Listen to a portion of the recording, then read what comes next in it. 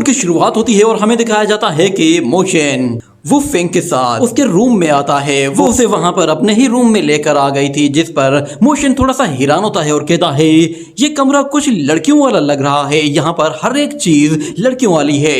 तो फिर वो फेंग उसे बताती है कि ये जगह असल में मेरा ही कमरा है, मैं यहाँ पर आराम करती हूँ। अगर यंग मास्टर को मेरा ये कमरा पसंद नहीं आया तो मैं आपके लिए एक अलग सा कमरा रेडी करवा देती हूँ। मगर मोशन कहता है कि नहीं, इसकी कोई जरूरत नहीं, ये कमरा भी ठीक है, बस मेरी तरफ से मास्टर को जाकर बता देना कि मैं अब कैपिटल सिटी तक पहुंच गया हूं। मगर उस लड़की के इरादे ही कुछ और लग रहे होते हैं। वो मोशन के ज्यादा करीब चले जाती है और कहती है कि यंग मास्टर, क्या मुझे आपके लिए कुछ करना चाहिए? क्या आप मुझे कोई काम दे सकते हैं या मैं आपके किसी काम आ सकूं तो मुझे बताइए। तो मोशन कहता है कि नहीं, मुझे तुमसे कोई काम नहीं। और इतने में लिंगर भी गुस्से में बाहर निकल आती है और गुस्से से उस लड़की को घूर कर देखती है, जिस पर वो लड़की कहती है कि अरे ये क्या, यंग मास्टर के साथ तो उसकी फॉक्स भी मौजूद है, मुझे लगा नहीं था कि आपने इसे अपने पास छुपाया हुआ होगा। पर खैर, मैं आपको बताना चाहती हूँ कि असल में मास्टर आपका बहुत पहले से ही इंतजार कर रहे हैं। उन्होंने मुझे बताया है कि जब भी तुम यहाँ पर पहुंचोगे तो मैं तुम्हें उनके बारे में बता दूं कि वो तुमसे मिलना चाहते हैं। ये सुनकर मोशन कहता है मुझे मास्टर से मिलने के लिए कहाँ जाना होगा? तो फिर वो फेंग उसे बताती है कि वो इस वक्त टाइशू पैलेस में मौजूद है, जहाँ पर सारे ही प्रिंस स्टडी करते हैं। तो मोशन कहता है आखिर मास्टर वहाँ पर क्या कर रहे हैं? तो वुफिंग बताती है कि ये मास्टर की एक और आइडेंटिटी है, मगर यांकांग स्टेट की इंपीरियल अकेडमी वो टाई अकेडमी के चार्ज में है और इंपीरियल अकेडमी का प्रिंस एम्परर का ऑनरेबल डिसाइपल है, मगर हकीकत में वो सारे के सारे डिसाइपल हमारे ही मास्टर के हैं। ये सुनकर मोशन हैरान हो जाता है और वो फेंग से कहता है कि यांकांग स्टेट ने इन लोगों को इतनी बड़ी पोस्ट दे दी है, अगर मैं वहां पर जाऊंगा तो कहीं ये लोग मुझे एंसेस्टर कहकर तो नहीं पुकारेंगे। मगर वो लड़की कहती है कि नहीं, ऐसा कुछ नहीं होगा, ये सब कुछ हमारे मास्टर की गेम का हिस्सा है। और वो वैसे भी अब यांकांग स्टेट में काफी ज्यादा फेमस हो चुके हैं, मगर उसके बावजूद भी उनकी ट्रू आइडेंटिटी के बारे में कोई भी नहीं जानता। यहाँ तक कि मास्टर यांकांग को भी उसके बारे में कुछ नहीं मालूम। ऊपर से हमारे नेशनल टीचर ने ही एंसेस्टर को इनवाइट किया था ताकि वो वहाँ पर इंपीरियल कॉलेज के नए प्रीस्ट बन सके। तो मोशन कहता है कि मुझे टाई अकेडमी जाना है, मुझे बताओ कि मैं वहाँ कैसे पहुँचूंगा? तो वो फेंग कहती है कि मास्टर, आपको वहाँ पर जाने के लिए कुछ टेस्ट पास करने होंगे। जिस पर मोशन कहता है ये किस तरह का टेस्ट होगा? तो वो लड़की कहती है कि ये एडमिशन टेस्ट है, अगर आप टेस्ट में पास हो जाते हैं तो फिर आप टाई अकेडमी के एक प्रिंस बन जाएंगे। और दूसरी तरफ हमें दिखाया जाता है कि टियान मोसेक का वो मास्टर अपने उस सर्वेंट से बात कर रहा होता है और उसका वो सर्वेंट कहता है कि मास्टर, इंपीरियल अकेडमी में एडमिशन लेने के लिए कम से कम भी 5 लाइट रियलम को अचीव करना जरूरी है, मगर दूसरी तरफ यंग मास्टर अभी सिर्फ स्पिरिट एम्ब्रियो लेवल में है। मगर वो नेशनल टीचर कहता है कि तुम बेफिक्र हो जाओ, अभी उसके पास 3 दिन पड़े हुए हैं, 3 दिन के बाद ही एग्जाम होंगे और 3 दिन में वो कुछ ना कुछ कर लेगा। और यहाँ पे हमें दिखाया जाता है कि मोशन वो वुफेंग म्यूजिक हाउस के बाहर खड़ा हुआ होता है। इतने में अचानक उसे वहां पर लिंगर दिखाई देती है। लिंगर ने ढेर सारी वाइन पी ली होती है, जिसकी वजह से वो एक जगह पड़ी रहती है और दूसरी तरफ उसे 5 स्टार्स दिखाई देते हैं, जिस पर वो अपनी डिवाइन आइज के जरिए उन्हें देखता है और उसे पता चलता है कि ये 5 स्टार्स तो मुझे 5 मेडिसिनल सोर्स लग रहे हैं। वो पहले स्टार के बारे में कहता है कि ये मुझे एसेंस ऑफ फायर लग रहा है और दूसरा वाला स्टार असल में एक मॉर्निंग स्टार है जो कि वाटर मेडिसिन के लिए यूज किया जाता है और ये जुपिटर जो कि फूड मेडिसिन के लिए यूज होता है। ये लोकल मेडिसिन सभी मेडिसिन में सबसे ज्यादा बेस्ट होती है, यानी कि हम इन 5 एलिमेंट से 5 डिफरेंट टाइप्स की मेडिसिन बना सकते हैं। अब जाकर मोशन को 5 एलिमेंट मेडिसिनल ट्रेजर के बारे में पता चला था कि इन्हें किस तरह यूटिलाइज किया जाता है। इतने में अचानक उसे वहां पर म्यूजिक हाउस में से लड़कियों के गाना गुनगुनाने की आवाज सुनाई देती है, जिस पर वो कहता है कि मुझे इन म्यूजिकल इंस्ट्रूमेंट्स में से 5 नोट्स ऐसे फील हो रहे हैं कि जो इनफिनिट हैं। इस म्यूजिक का रिदम सच में कमाल का है, अगर मैं इसे अच्छी तरह से सीख जाऊं तो मुझे पूरा यकीन है कि मैं गॉड एंड डीमन एसेंस को और भी ज्यादा अपग्रेड कर सकता हूं और हो सकता है कि मैं इसके साथ 5 डीमन ट्रेजर को भी अनलॉक कर दूं। ये कहने के बाद वो उन लड़कियों के पास आता है तो एक लड़की उठकर खड़ी हो जाती है और उसे बैठने के लिए जगा देती है तो मोशन एक लड़की की तरफ देखता है। जब वो उस सितार को बजा रही होती है तो वो उसकी मूवमेंट को अच्छी तरह से चेक करता है और कहता है कि मुझे इस प्रोसेस के लिए तो बहुत सारी उंगलियों की जरूरत पड़ेगी। ये कहने के साथ वो अपनी वाइटल एनर्जी का इस्तेमाल करते हुए एक लड़की से एक सितार छीन लेता है और उसे बजाने के लिए वहां पर बैठ जाता है और अपनी बुद्धा पावर को यूज करते हुए कुछ बुद्धा हैंड्स क्रिएट कर लेता है, जिसके साथ उसे अब उस इंस्ट्रूमेंट को बजाने में और भी ज्यादा आसानी हो जाती है। और जैसे ही मोशन उस इंस्ट्रूमेंट को बजाता है तो सारे ही लोग बिल्कुल खामोश हो जाते हैं। उसे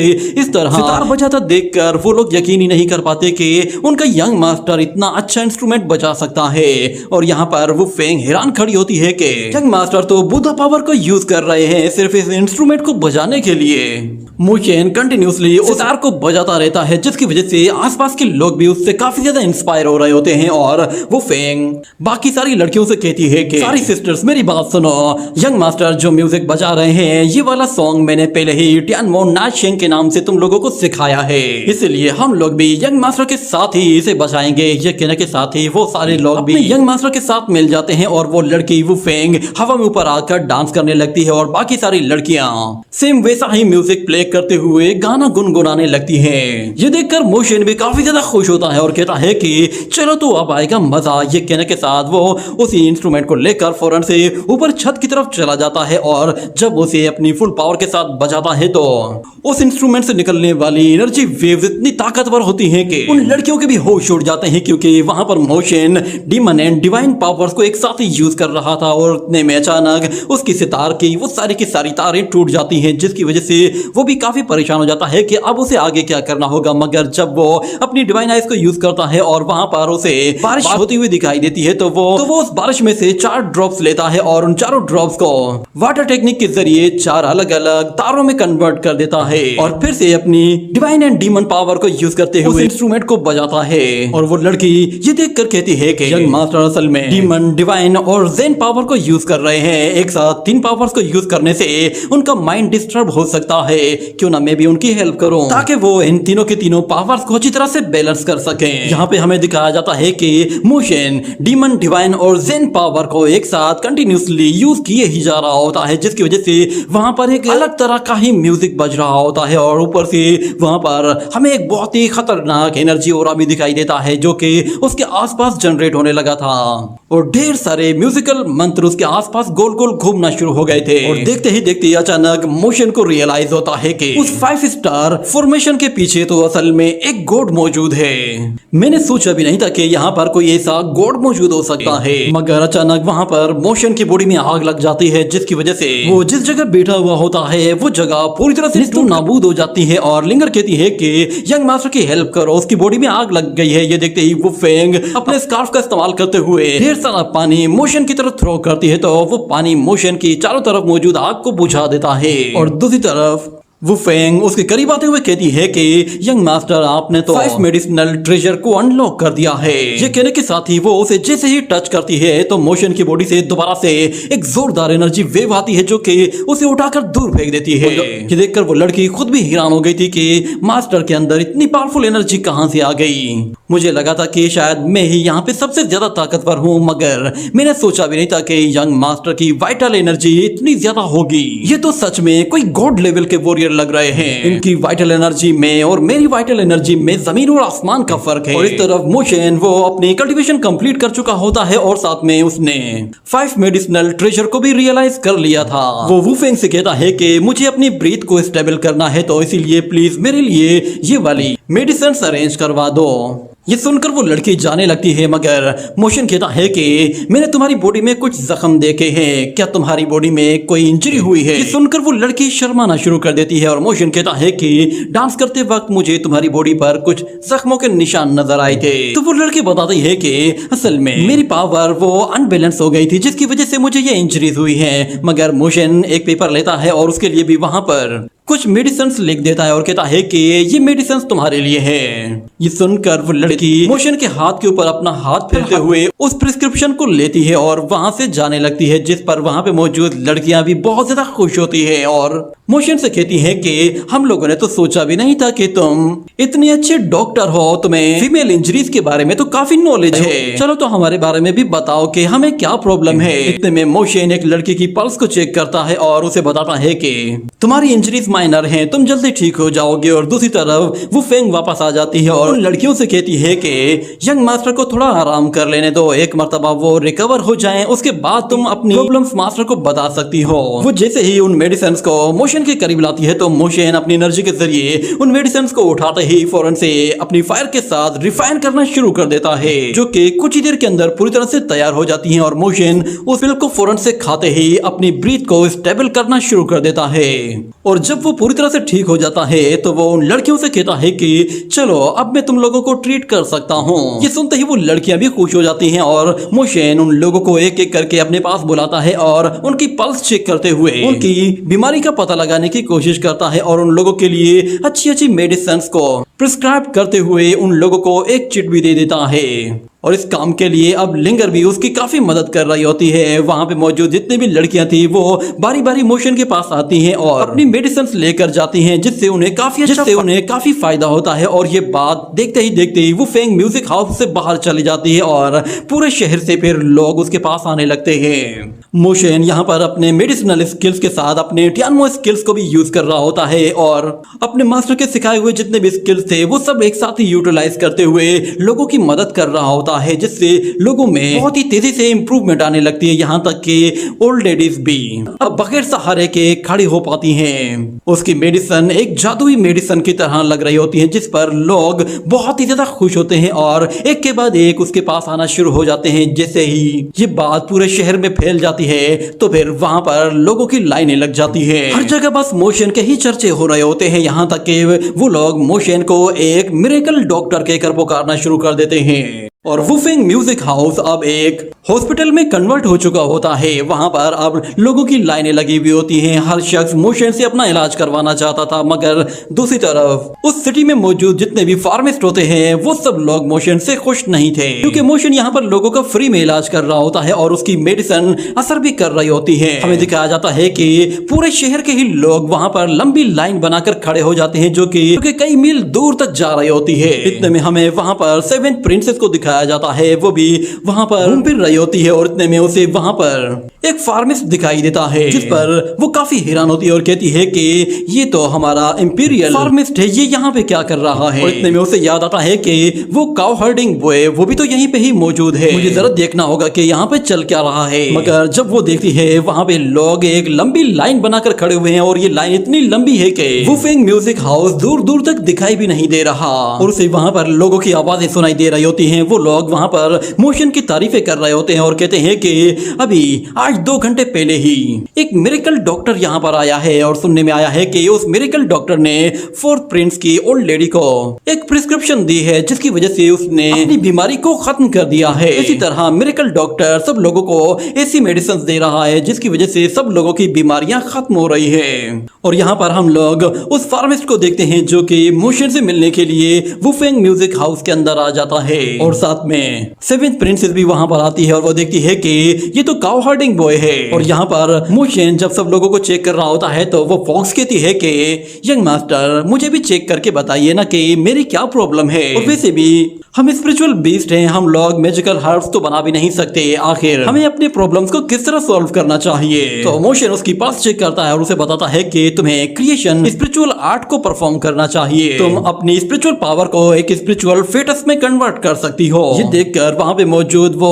सर्वेंट्स कहती हैं कि यंग मास्टर तो कमाल के हैं, वो तो न सिर्फ ह्यूमंस को बल्कि एनिमल का भी ट्रीटमेंट कर सकते हैं, ये सच में एक मिरेकल डॉक्टर है। वहां पे 7th प्रिंसेस को जब ये बात सुनाई देती है तो वो कहती है कि अच्छा तो ये है वो मिरेकल डॉक्टर, ये तो डाशू में गाय चराया करता था, मुझे लगा कि वो यहाँ पर बस मजे करने के लिए आया है, मगर मैंने सोचा भी नहीं था कि वो लोगों की यहाँ पर मदद करने के लिए आया होगा। मगर दूसरी तरफ वो फार्मिस्ट भी वहां पर पहुंच जाता है और वो कहता है कि मिरेकल डॉक्टर जैसी कोई चीज नहीं है, ये बंदा बस एक फ्रॉड है और लोगों को धोखा दे रहा है। ये कहने के साथ वो वहां पे मौजूद एक लड़की से एक पेपर छीन लेता है और वहां पे लिखी हुई प्रिस्क्रिप्शंस देखता है तो वो कहता है कि ये सारी प्रिस्क्रिप्शन उन मेडिसिन की हैं जो कि बहुत ही सस्ती हैं। इतनी सस्ती मेडिसिन के साथ कोई भला किसी का ट्रीटमेंट कैसे कर सकता है? तो मोशन कहता है कि मैं लोगों को सिर्फ वो मेडिसिन लिख कर देता हूँ जो वो अफोर्ड कर सकते हैं, और ये लेडी बहुत ही गरीब है और ये अपने बीमारी का इलाज करने के लिए सिर्फ सस्ती दवाइयां ही इस्तेमाल कर सकती है, इसीलिए मैंने इसे बेस्ट सस्ती दवाइयां लिख कर दी है। तो फिर वो फार्मिस्ट कहता है अगर ऐसी ही बात है तो फिर मुझे बताओ कि मेरे साथ क्या प्रॉब्लम है, मुझे किस तरह की बीमारी है? तो मोशन कहता है कि तुम्हारी बीमारी बहुत ही खतरनाक लेवल तक बढ़ चुकी है। ये बात सुनते ही वो ओल्ड मैन हंसना शुरू कर देता है और कहता है कि ये झूठ बोल रहा है, जरा देखो तो सही, ये मेरे सामने मुझे ही कह रहा है कि मैं बीमार हूँ। मगर मोशन कहता है कि मैं जानता हूँ कि तुम एक फार्मिस्ट हो और तुम एक मेडिसिन की तरह ही स्मेल कर रहे हो, और मैं जानता हूँ कि तुम एक मेडिसिनल डॉक्टर हो और तुम सारी जिंदगी मेडिसिन के साथ ही गुजारते हो, मगर तुम्हारे मेडिसिनल स्किल्स इतने अच्छे नहीं हैं, ना ही तुम मेडिसिन के अंदर मौजूद पॉइजन को अच्छी तरह से ट्रीट कर पाते हो, जिसकी वजह से वो थोड़ा थोड़ा पॉइजन तुम्हारी बॉडी में इकट्ठा होता जा रहा है। मुझे लगता है तुम्हारी जिंदगी बचाना मुमकिन नहीं है। इस बात पर उस ओल्ड मैन को काफी ज्यादा गुस्सा आ रहा होता है। शायद ऐसा इसलिए हो रहा था कि शायद उस बंदे को मालूम पड़ गया था कि मोशन बिल्कुल सही कह रहा है, मगर वो गुस्से में कहता है अच्छा तो फिर बताओ कि फिर मेरे पास कितनी जिंदगी बची है, मैं कितना टाइम जिंदा रह सकता हूँ? तो मोशन उससे कहता है कि अगर तुम गुस्सा नहीं करोगे तो मुझे लगता है तुम कुछ साल तक जिंदा रह सकते हो, पर अगर तुम गुस्सा करोगे तो पॉइजन तुम्हारी बॉडी में अटैक करना शुरू कर देगा और तुम्हारे पास बस सिर्फ 10 दिन का ही टाइम रह जाएगा। ये सुनकर सब लोग चौंक जाते हैं और वो फार्मिस्ट भी कहता है कि क्या सिर्फ 10 दिन? क्या बकवास कर रहे हो तुम? अगर मैं 10 दिन में नहीं बना तो फिर तुम क्या कहोगे? ये कहते हुए वो और भी ज्यादा गुस्से में आने लगता है, मगर मोशन कहता है कि तुम्हारा टाइम और भी ज्यादा कम हो गया है। ये बात सुनते ही वो बंदा गुस्से में और भी भड़कता जाता है, जिसके बाद मोशन अपनी फिंगर्स को काउंट करता है और उसे बताता है कि तुम्हारे दिन कम होते जा रहे हैं, जिस पर वो ओल्ड मैन कहता है अच्छा तो तुम ये कह रहे हो कि मैं अभी यहीं पे ही मरने वाला हूँ? तो मोशन उसे कोई जवाब नहीं देता, बस अपनी फिंगर्स डाउन करता जाता है और उसे इशारा देता है कि उसके दिन कम होते जा रहे हैं, जिस पर वो ओल्ड मैन मोशन की इन हरकतों पर गुस्से में लाल पीला होता जा रहा था। और दूसरी तरफ मोशन उसे इशारा करता है कि तुम्हारे पास बस अब एक ही दिन का टाइम बचा है। ये कहने की देर थी कि उस बंदे को अपनी बॉडी में एक अजीब तरह का दर्द महसूस होता है और वो लड़खड़ाना शुरू कर देता है और मोशन की तरफ देखता है तो मोशन लास्ट फिंगर भी डाउन कर देता है, जिसकी वजह से वो बंदा उस बीमारी की चपेट में आ जाता है और देखते ही देखते वहीं पर ही लड़खड़ा कर नीचे गिर जाता है और सब लोग चौंक जाते हैं और उन लोगों को यकीन आ जाता है कि मोशन ने जो कुछ कहा था वो बिल्कुल सच साबित हुआ है। और ऊपर से वो 7 प्रिंसेस वो भी अब मान गई थी कि वाकई में मोशन के पास लाजवाब स्किल्स हैं। और अगले सीन में हमें दिखाया जाता है कि पैलेस में एक ओल्ड लेडी को बताया जाता है कि डॉक्टर भाव वो अचानक से मारे गए हैं। ये सुनकर वो ओल्ड लेडी कहती है कि इसका मतलब ये है कि वो मिरेकल डॉक्टर बिल्कुल अलग तरह का है। और यहाँ पर वो फेंग वो मोशन से कहती है कि कल आपका एग्जाम है और आपको उसके लिए तैयारी करनी चाहिए। तो मोशन कहता है कि मैं कोई डॉक्टर नहीं हूँ, ये स्किल्स तो असल में मेरे ग्रैंडफादर्स ने मुझे सिखाए हैं, जो कि काशू में रहकर मैं कभी भी टेस्ट नहीं कर पाया था।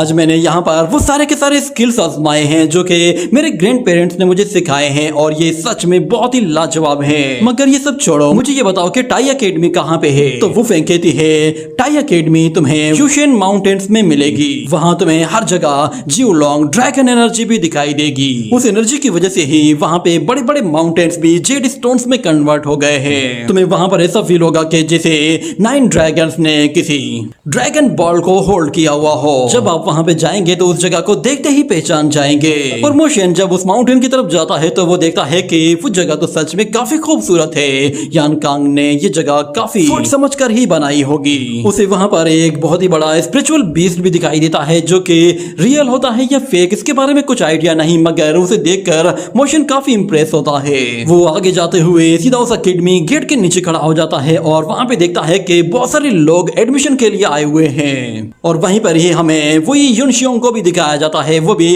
एडमिशन के लिए आया हुआ था और साथ में वो वहां पर मोशन को तलाश करता है। इतने में जब मोशन उसे दिखाई देता है तो वो फौरन से उसे अपनी तरफ बुला लेता है और दोनों ही आगे जाकर अपनी रजिस्ट्रेशन करवाने के लिए अपने जे टोकन को शो करते हैं और मोशन की बारी आती है तो मोशन भी अपना जे टोकन शो करता है, मगर वो युनशियांग उस रजिस्ट्रार से कहता है कि ये भी मेरी ही तरह गैंग नुआंग से है, इसलिए इसकी जगह भी मेरी जगह के साथ ही रखिएगा। मगर वो रजिस्ट्रार कहता है कि इसके टोकन में सब कुछ लिखा हुआ है, इसलिए तुम्हें बोलने की जरूरत नहीं है। जब वहां पर उन लोगों का एग्जाम शुरू होने वाला होता है तो वहां पे एक मास्टर कहता है कि जो भी कल्टीवेटर 6 हेवन रियलम से ऊपर के लेवल के हैं वो वहां से आगे की तरफ जा सकते हैं और बाकी के लोग जो कि लिंगटाई रियलम या वुयाओ रियलम में हैं वो यहीं पे ही रुक जाएं। और दूसरी तरफ वुई युनशियांग वो मोशन को बताता है कि बस दुआ करो कि हम लोगों को गैंग नुआंग से ही काउंट किया जाए, क्योंकि इंपीरियल अकेडमी की तरफ से जो भी यहाँ पर आता है और ट्रायल पास करने की कोशिश करता है तो उस पर कोई ना कोई अटैक करके उसे मार डालता है। लास्ट टाइम भी यहाँ पर अकेडमी की तरफ से जो लोग आए थे वो सारे मारे गए थे और इस मर्तबा जियांगलिंग से जो भी लोग आ रहे हैं उन लोगों को कुछ फैसिलिटीज दी जा रही है, क्योंकि अकेडमी चाहती है कि उन लोगों को ज्यादा सिक्योर रखा जाए। और वैसे भी जियांगलिंग वही जगह है जहाँ पर मास्टर यान कांग पैदा हुए थे। इतना कहने के बाद हमें दिखाया जाता है कि वो सारे ही लोग एक जगह जाकर जमा हो जाते हैं जहाँ पर बहुत सारे डिसाइपल काफी ताकतवर लग रहे होते हैं और ऐसा लग रहा होता है कि जैसे वो आगे चलकर मोशन के साथ फाइट करने वाले हैं। और वहाँ पे मौजूद एक मास्टर उन लोगों को कहता है कि हर साल यहाँ पर इस टेस्ट में सिर्फ 10 लोगों को ही सिलेक्ट किया जाता है और तुम सारे लोग भी इस वक्त प्राइमरी लेवल के हो, इसीलिए तुम लोगों से सबसे पहला यही टेस्ट लिया जाएगा। ये कहने के बाद वो उन्हें कोई चीज अपने सामने दिखाता है और उसी के साथ ये एपिसोड यहीं पे ही एंड हो जाता है।